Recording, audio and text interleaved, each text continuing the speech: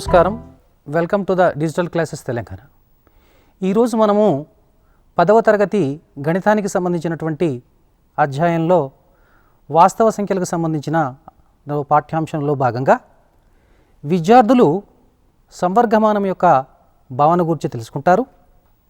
ఈ అధ్యాయంలో సంబంధించినటువంటి లక్ష్యాల గురించి ఒకసారి మనం గమనిద్దాం. ఈ అధ్యాయంలో విద్యార్థులు సంవర్గమానాలకు సంబంధించినటువంటి భావనలను అవగాహన చేసుకుంటారు. సంవర్గమాన ధర్మాలను ఉపయోగించి సమస్యలను సాధించగలుగుతారు. సంవర్గమాన భావనలను నిజ జీవిత సందర్భాలతో ఉపయోగిస్తారు. విద్యార్థులు మీరందరూ కూడా నోటు పుస్తకము పెన్నుతో సిద్ధంగా ఉన్నారనుకుంటాను కదా. ఈ అధ్యాయానికి సంబంధించినటువంటి కొన్ని అంశాలను మరొకసారి మనము పరిశీలిద్దాం. ఒకసారి మీరు స్క్రీన్ను పరిశీలించండి. మీరు స్క్రీన్ని కనుక గమనించినట్లయితే అక్కడ కరణీయ సంఖ్యలకు ఉదాహరణ అని ఉండటం జరిగింది. కరణీయ సంఖ్యలకు ఉదాహరణ చూసినట్లయితే మీరు వాస్తవ సంఖ్యల్లో √2ను కరణీయ సంఖ్య అని నిరూపించడం జరిగింది. ఆ నిరూపణ పద్ధతి కూడా మీకు తెలుసు. అదేవిధంగా √3, 2 + √3, √2 + √3 ఇవన్నీ కూడా కరణీయ సంఖ్యలకు ఉదాహరణ. కరణి అనగానేమి దాన్ని ఒకసారి మనము దాన్ని గమనిద్దాం.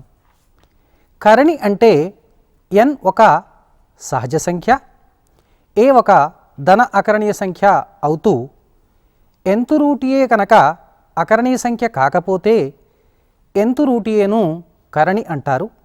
ఇంకా మనము దీన్ని విస్తృతంగా చెప్పదలుచుకున్నట్లయితే nth రూట్ aను nవ తరగతి కరణి అని కూడా అంటారు. ఇప్పుడు కొన్ని ఉదాహరణలు మీరు 9వ తరగతిలో పరిశీలించే ఉంటారు. ఆ ఉదాహరణ మరొకసారి మీరు తెరపైన గమనించండి. కరణులకు ఉదాహరణలు చూడండి. √2, √3, 2 + √3, √2 + √3.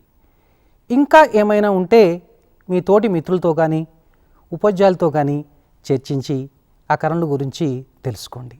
ఇప్పుడు మరొకసారి మీరు ఈ స్క్రీన్ను గమనించండి. ఇప్పుడు ఒక ప్రశ్న మనం ఆలోచిద్దాం. ప్రతి కరణీయ సంఖ్య కరణి అవుతుందా? ఆలోచించండి. ప్రతి కరణీయ సంఖ్య అంటే ఇప్పుడు మనం కరణీయ సంఖ్యల యొక్క ఉదాహరణలు మనం తెలుసుకున్నాం. √2, √3, √2 + √3, అదేవిధంగా ³ √3, ³ √5, nth రూట్ a గనక ఇక్కడ అకరణీయ సంఖ్య కాకపోతే nth రూట్ a కూడా కరణి అయినట్లయితే దాన్ని కరణి అంటామని కూడా మనం తెలుసుకున్నాము.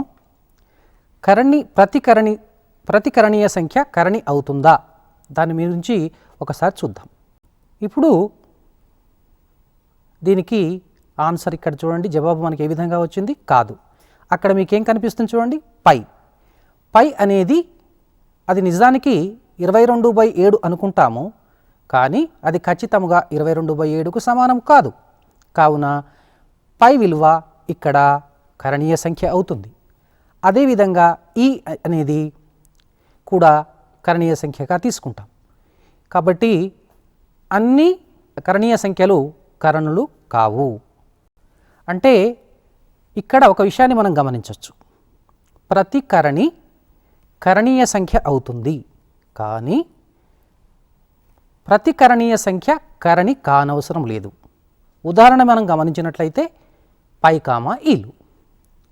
ఇప్పుడు మనము 8వ తరగతిలో మీరు ఘాతాంక న్యాయాలు చర్చించి ఉన్నారు. ఇప్పుడు ఆ ఘాతాంక న్యాయాల్లో 2 యొక్క ఘాతాలు పరిశీలించామనుకోండి.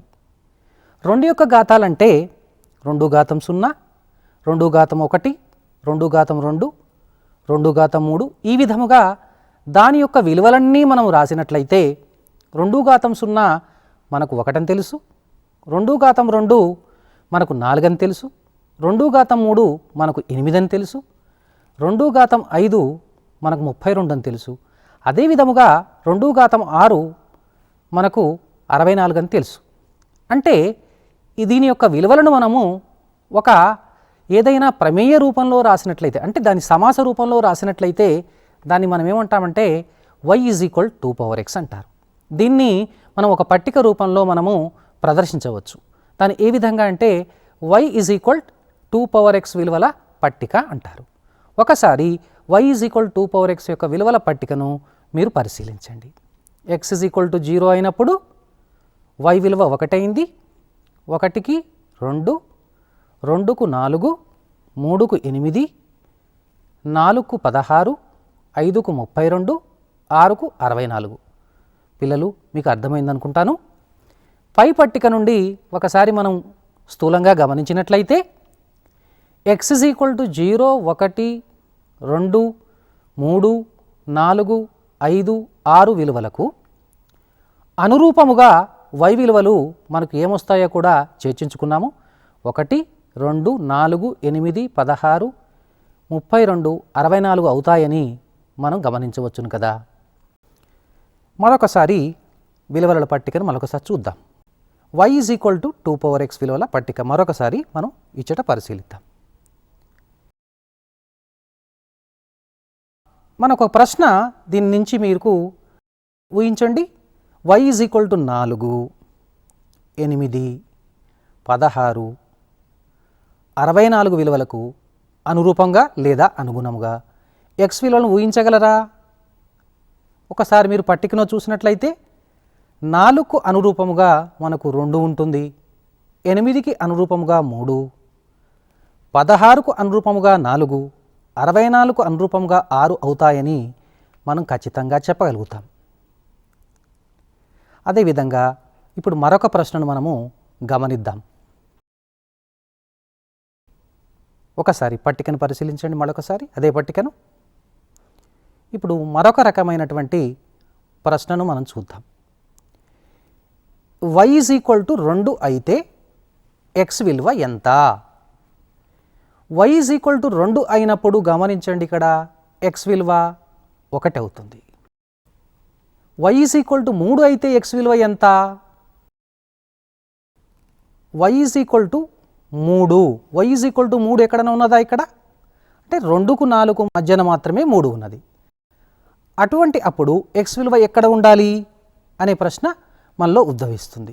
ఆ x విలువ మనం ఖచ్చితంగా చూసినట్లయితే 1 మరియు 2ల మధ్య ఉండే విలువ అవుతుంది.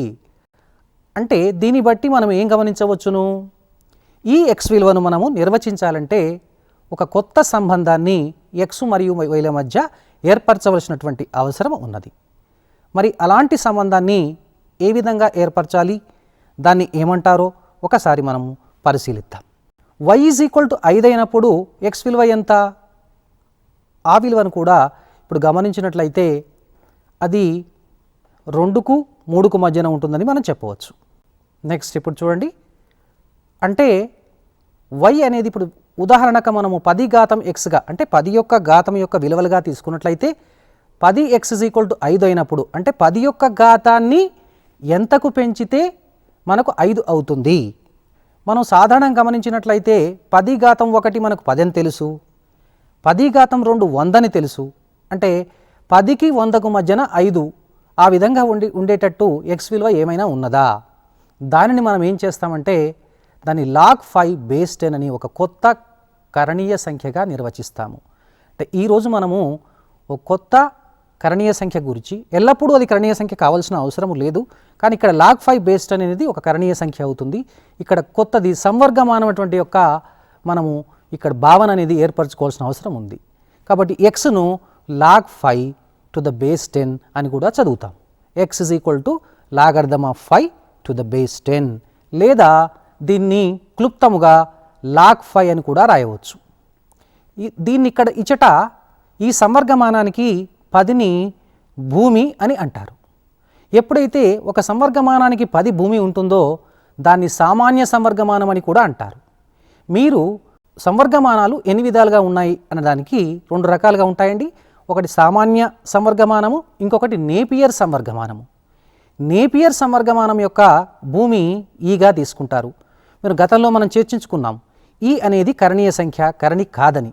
కానీ ఈ నేపియర్ సంవర్గమానాలు మీరు ముందు తరగతిలో నేర్చుకుంటారు. కాబట్టి ఇప్పుడు కేవలము ఈ మన 10వ తరగతి స్థాయిలో మనం సామాన్య సంవర్గమానాలను మాత్రమే అధ్యయనం చేయడం జరుగుతుంది.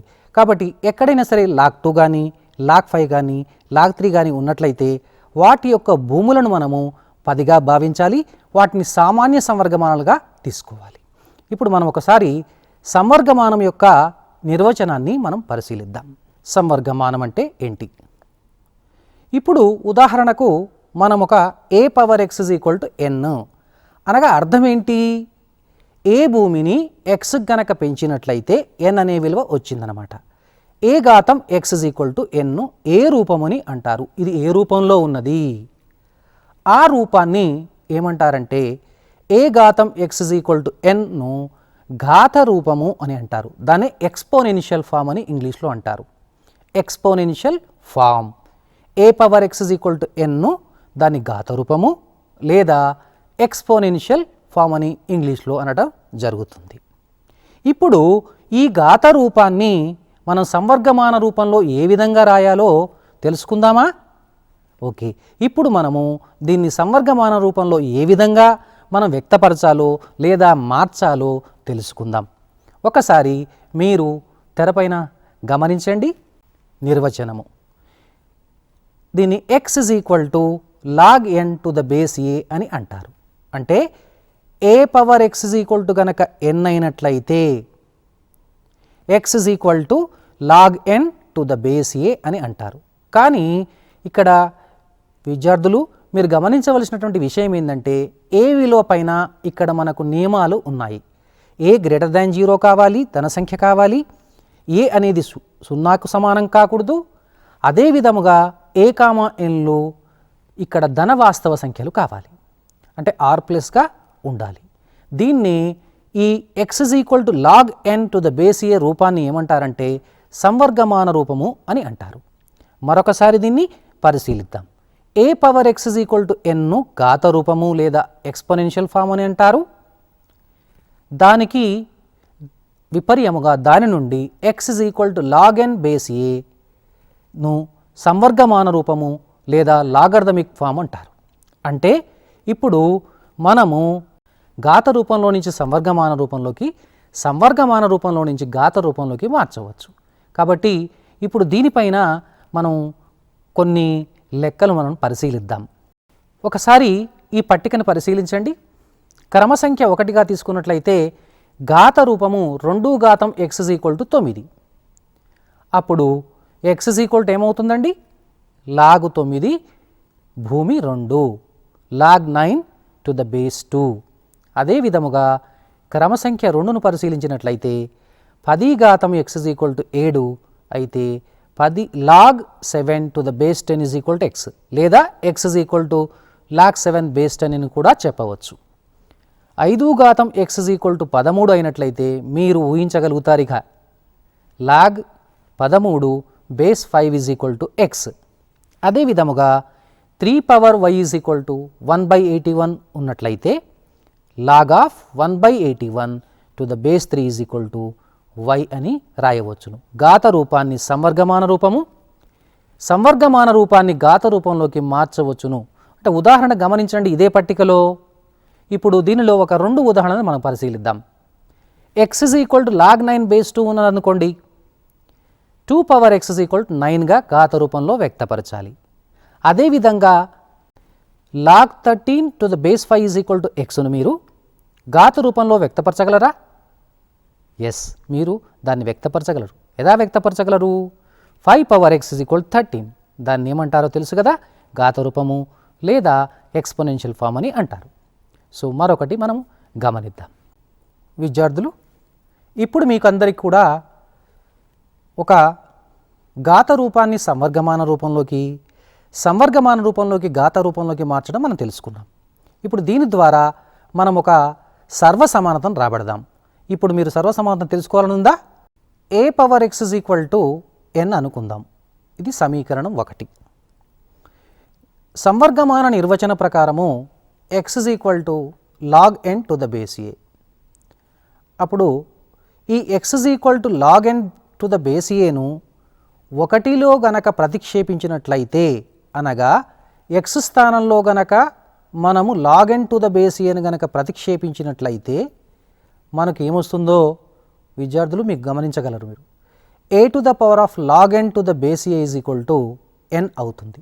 మరొకసారి చూడండి, ఇక్కడే a to the power of x is equal to n కాబట్టి ఆ x విలువను log n to the base aను మనం 1వ సమీకరణంలో సబ్స్టిట్యూట్ చేయగా, ప్రతిక్షేపించగా a to the power of log n to the base a is equal to n అనేటువంటి యొక్క సర్వసమానత వస్తుంది. దీనిని లాగర్థమిక్ ఐడెంటిటీ అని అంటారు. మరొకసారి దాన్ని గమనిద్దాము. a to the power of log n to the base a is equal to n. ఒక చిన్న ఉదాహరణ మనం ఒకసారి పరిశీలిద్దాం. 3 to the power of log 5 to the base 3 is equal to 5. ఇప్పుడు నెక్స్ట్ మరొకసారి ఈ స్క్రీన్ను గమనిద్దాం. ఒకసారి పట్టికను చూడండి. ఈ పట్టిక 2 power x యొక్క విలువల పట్టిక. ఈ పట్టికలో log 1 to the base 2 ఉందనుకోండి. log 1 to the base 2 అంటే ఆ పట్టికలో చూసినట్లయితే 1కి ఎదురుగా 0 ఉంది కాబట్టి log 1 base 2 0 అవుతుంది. అదేవిధంగా log 2 base 2 విలువ ఊహించగలరా? log 2 base 2 విలువ 1 అని తెలుసు కాబట్టి దీన్ని మనము ఒక సూత్రంగా తీసుకున్నట్లయితే లేదా ఒక ధర్మంగా తీసుకున్నట్లయితే, ప్రాపర్టీగా తీసుకున్నట్లయితే log 1 to the base a is equal to 0 అంటే 1 యొక్క సంవర్గమానము ఏ భూమికి 0 అవుతుంది. అదేవిధంగా కొన్ని ఉదాహరణలు కూడా మనము స్వతహాగా ప్రయత్నం చేయవచ్చు. log 1 to the base 3 0నే అవుతుంది. log 1 to the base 5 0నే అవుతుంది. log 1 base 2007 ఊహించగలరా? log 1 to the base 2017 విలువను ఊహించగలరు కదా మీరు? ఆ విలువ కూడా 0 అవుతుంది. సో ఇప్పుడు మరొక ధర్మాన్ని మనం పరిశీలిద్దాం. మనము log a to the base a is equal to 1 అంటే log 2 base 2 అది కూడా 1, log 5 to the base 5 1, log 2017 to the base 2017 ఎంతండి విలువ? ఎస్, మీరు చెప్పింది కరెక్ట్, అది 1. ఇప్పుడు అదేవిధంగా మరికొన్ని ధర్మాలను మనము పరిశీలిద్దాం. ఒకసారి మీరు స్క్రీన్ గమనించండి. ఇప్పుడు ఈ పట్టిక ద్వారా log 8 to the base 2 విలువ ఎంత? log 8 to the base 2 విలువ మనకు 3 అని తెలుసు. 8ని మనం ఏ విధంగా రాయొచ్చు? 2 క్యూబ్గా రాయొచ్చు అని తెలుసు. అంటే log 2 cube to the base 2 is equal to 3. 3ను మనము 3 into 1గా రాయవచ్చు కదా. అదే విధముగా 1 అంటే ఇంతటి క్రితము మనము చర్చించిన విధముగా log 2 base 2 అంటే 1 కాబట్టి ఆ 1 స్థానంలో log 2 base 2 రాసుకున్నట్లయితే 3 into log 2 base 2 అయింది. ఇప్పుడు మనము ఈ సంఖ్యా విలువలను మనము తీసివేస్తే ఒక సూత్రీకరణ చేయడానికి మనకు అవకాశం ఉంది. ఎలాంటి సూత్రీకరణ చేయడానికి అవకాశం ఉంది? log x to the power of n to the base a ఉన్నట్లయితే దాన్ని మనము n into log x to the base aగా రాయవచ్చును. log x to the power of n to the base a ఉన్నట్లయితే దాన్ని మనము n into log x to the base a అని రాయవచ్చును. ఇది దీనినే ఘాత సూత్రము లేదా పవర్ రూల్ అని కూడా అంటారు. మరొక సూత్రాన్ని మనం పరిశీలిద్దాం.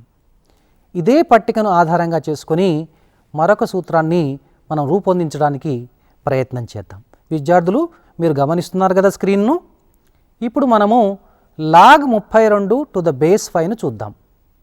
అంటే y విలువ 32 అయినప్పుడు x విలువ ఎంత అవుతుంది అనే ప్రశ్న కనుక మనం వేసుకున్నట్లయితే, ఉత్పన్నమైనట్లయితే log 32 to the base 2 అనే విలువ 5 అని మనకు తెలుస్తుంది పట్టిక ద్వారా. 5ను మనము 2 + 3గా రాయవచ్చు కదా. ఇదే పట్టిక ఆధారంగా 2 విలువ దేనికి సమానమవుతుందో మీరు గమనించారా? ఆ 2 విలువ log 4 base 2 అవుతుంది. ప్లస్ అదేవిధంగా 3 విలువ ఏ విధంగా అవుతుంది? log 8 to the base 2 అది 1వ సమీకరణము. నెక్స్ట్ ఒకసారి మీరు log 32 base 2 విలువను గమనించండి. అది దాన్ని మనము 4 into 8గా రాయవచ్చు. అనగా ఈ log 4 into 8 base 2 is equal to log 4 to the base 2 plus log 5 to the base 2 అవుతుంది కదా. ఒకసారి చూడండి, log xy to the base a is equal to log x to the base a plus log y to the base a అనే సూత్రాన్ని మనము ఉత్పాదించవచ్చును. దీనినే మనము addition formula లేదా సంకలన సూత్రము అని అంటారు. దీన్ని ఆధారంగా చేసుకొని మనం సంవర్గమానంలో సమస్యలను సాధించడానికి అవకాశం ఉంటుంది. పెద్ద పెద్ద గుణకారాలను మనము వాటిని చేయడానికి చాలా కష్టతరమవుతుందని మనకు తెలుసు కదా. వాటిని సులభంగా చేయడానికి ఈ సూత్రాన్ని ఉపయోగించేసి సంకలన రూపంలో మార్చి మనకు ఈ సమస్యలను మనం సాధించుకోవడానికి అవకాశం ఉంది. మరొక ధర్మాలను పరిశీలిద్దామా? ఒకసారి చూడండి, మనకు పట్టికను చాలాసార్లు పరిశీలించాం కాబట్టి ఆ పట్టిక పైన మనకు అవగాహన ఉంది, లేకపోతే సూత్రం ద్వారా కూడా పరిశీలించేటువంటి వాటిపై మనకు అవగాహన కలిగి ఉంటుందనుకుంటాను నేను. log 4 to the base 2 అనేది అది 4ను మనము 2 స్క్వేర్గా రాసుకున్నట్లయితే అది 2 ఇంటూ log 2 base 2 అంటే 2 ఇంటూ 1 2 అని చెప్పవచ్చు. అంటే log 4 base 2 is equal to 2. దానిని మనము 5 మైనస్ 3గా రాయవచ్చు కదా. 5 అనేది log 32 to the base 2కు సమానము. అదేవిధంగా 3 అనేది ఇక్కడ log 8 to the base 2కు సమానము. ఇప్పుడు దాన్ని మనం 1వ సమీకరణంగా భావించినట్లయితే ఈ మరొకసారి log 4 base 2ను log 32/8గా రాయవచ్చా? log 32/8 to the base 2గా రాయవచ్చునా? ఒకసారి ఆలోచించండి. ఎందుకంటే 32ను మనం 8తో గనక భాగాహారం చేసినట్లయితే 4 వస్తుంది. మీరు ఈ 1, 2ల నుండి మీరు ఏమి గమనించారు? log 32/8 to the base 2 is equal to log 32 to the base 2 minus log 8 to the base 2గా రాయవచ్చును. దీని ద్వారా మీరు ఏమైనా సూత్రీకరణ చేయగలరా?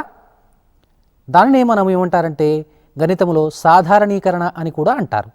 ఇప్పుడు మనం మరొకసారి పైన ఉన్నటువంటి యొక్క ధర్మాన్ని ఆధారంగా ఈ సూత్రీకరణ చేద్దాం.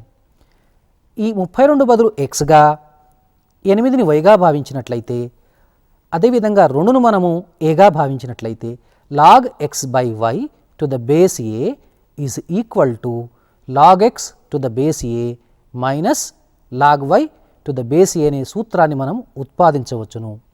ఈ సూత్రాన్ని దాన్ని ఏమంటారంటే భాగహార సూత్రము లేదా భాగహార నియమము, దీన్ని కోయిషెంట్ రూల్ అని కూడా అంటారు. దీనిని ఉపయోగించేసి భాగహారాలను మనము సూక్ష్మమైనటువంటి వ్యవకలనగా మార్చి సూక్ష్మీకరణ చేయడానికి చాలా సులువుగా ఉంటుంది. ఇప్పుడు మళ్ళీ కొన్ని మనం గమనిద్దాం. విద్యార్థులు, మనం ఇంతవరకు మనం పరిశీలించినటువంటి యొక్క ధర్మాలను సంబంధించి కానీ కొన్ని ప్రశ్నలు మనం ఒకసారి చూద్దాం. ఒకసారి మీ నోటు పుస్తకంలో ఈ ప్రశ్నలను రాసుకోవడానికి మీరు ప్రయత్నం చేయండి. అదే విధముగా మీ తోటి మిత్రులతోని కానీ లేకపోతే మీ ఉపాధ్యాయునితో కానీ చర్చించి ఆ సమస్యలను సాధించడానికి ఒకసారి మీరు ప్రయత్నం చేయండి. ఒకసారి ఈ స్క్రీన్పై కనిపిస్తున్నటువంటి యొక్క సమస్యలన్నిటినీ కూడా పరిశీలించండి. log 128 to the base 2 విలువను గణించండి. First one, log 128 to the base 2 విలువను గణించండి. That means evaluate the value of log 128 to the base 2. ఈ విలువను ఏ విధంగా చేయాలో నేను వివరిస్తాను.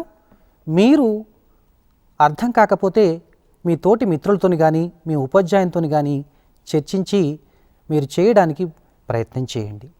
log 128 to the base 2, 128ను మీరు వాస్తవ సంఖ్యల్లో ఏదైనా సంఖ్యను ప్రధాన కారణాంకాల లబ్ధంగా రాయటం నేర్చుకున్నారు కాబట్టి 128ని 2 యొక్క ఘాతంగా రాయడానికి ప్రయత్నం చేయండి. తర్వాత మీరు log x to the power of n to the base a అనే సూత్రాన్ని, ఘాత సూత్రాన్ని ఉపయోగించేసి, అంటే పవర్ రూల్ను ఉపయోగించేసి ఈ సమస్యను మీరు సులభంగా సాధించవచ్చు. ఇప్పుడు రెండవ ప్రశ్నను ఒకసారి గమనిద్దాం. log 5 to the base 3 is equal to yని ఘాత రూపంలో వ్యక్తపరచండి. అంటే express log 5 to the base 3 is equal to y in exponential form. అంటే ఇది ఘాత రూపంలో ఉన్నది, ఇది సంవర్గమాన రూపంలో ఉన్నది, దీన్ని ఘాత రూపంలో రాయాలి. ఎలా రాయాలో మీకు తెలుసు. ఈ ప్రశ్నను మీరు సాధించడానికి ప్రయత్నం చేయండి. అదేవిధంగా మూడవ ప్రశ్న చూద్దాం. లాగ్ 125/128 విలువను విస్తరించండి. That means expand log 125/128. Log 125/128 విలువను విస్తరించండి. ఇది లాగ్ x/y రూపంలో ఉన్నది కాబట్టి log x minus log y అనే సూత్రంతో పాటు మీరు ఘాత సూత్రాన్ని ఉపయోగించినట్లయితే, అంటే addition rule or sum rule, power rule, ఈ రెండింటిని ఉపయోగించినట్లయితే మీకు ఈ సమస్య చాలా సులభంగా అవుతుంది. అదేవిధంగా ఒకసారి నాలుగవ ప్రశ్నను మీరు గమనించండి. నాలుగవ ప్రశ్నను 3 to the power of 2 plus log 4 to the base 3 విలువను గణించండి. 3 to the power of 2 plus log 4 to the base 3 విలువను గణించండి. Evaluate the value of 3 to the power of 2 plus log 4 to the base 3.